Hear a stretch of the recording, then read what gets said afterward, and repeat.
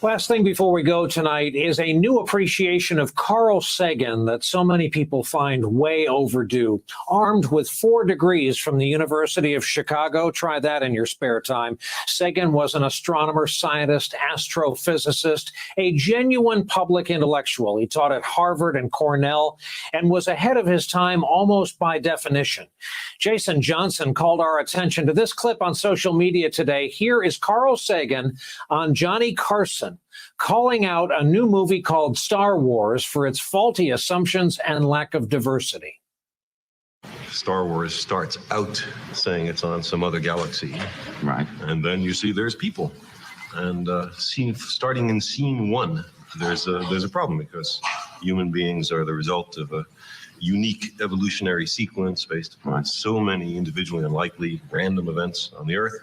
In fact, I think most evolutionary biologists would agree that if you started the Earth out again and just let those random factors operate, you might wind up with beings that are as smart as us and as ethical and artistic and all the rest, but they would not be human beings. That's for the Earth. So in another planet, different environment, very unlikely to have human beings. Are you saying on another galaxy, it's not possible that there could be... It's extremely unlikely that there would be creatures as similar to us as the dominant ones in Star Wars. And there's a whole bunch of other things. They're all white. The skin of all the humans in Star Wars, oddly enough, is sort of like this. Right. And not even the other colors represented on the Earth. I love them. Present, much less greens and blues and purples and oranges. They did have a scene in Star Wars with a lot of strange characters. Red and yellow, black and white. Everybody in charge of the galaxy seemed to look like us. And I thought there was a large amount of human chauvinism. And also, I felt very bad that at the end, the Wookiee didn't get a medal also.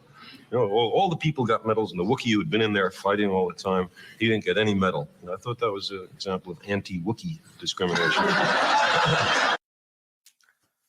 How about that, Carl Sagan, advocate for Wookiees everywhere? As the noted astrophysicist Ron Popeil would say, but wait, there's more.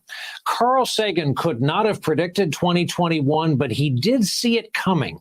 He wrote the following back in 1995, and we quote, "I have a foreboding of an America in my children's or grandchildren's time when the United States is a service and information economy, when nearly all the manufacturing industries have slipped away to other countries, when awesome technological powers are in the hands of a very few, and no one representing the public interest can even grasp the issues, when the people have lost the ability to set their own agendas or knowledgeably question those in authority, when, clutching our crystals and nervously consulting our horoscopes, our critical faculties in decline, unable to distinguish between what feels good and what's true, we slide almost without noticing back into superstition and darkness.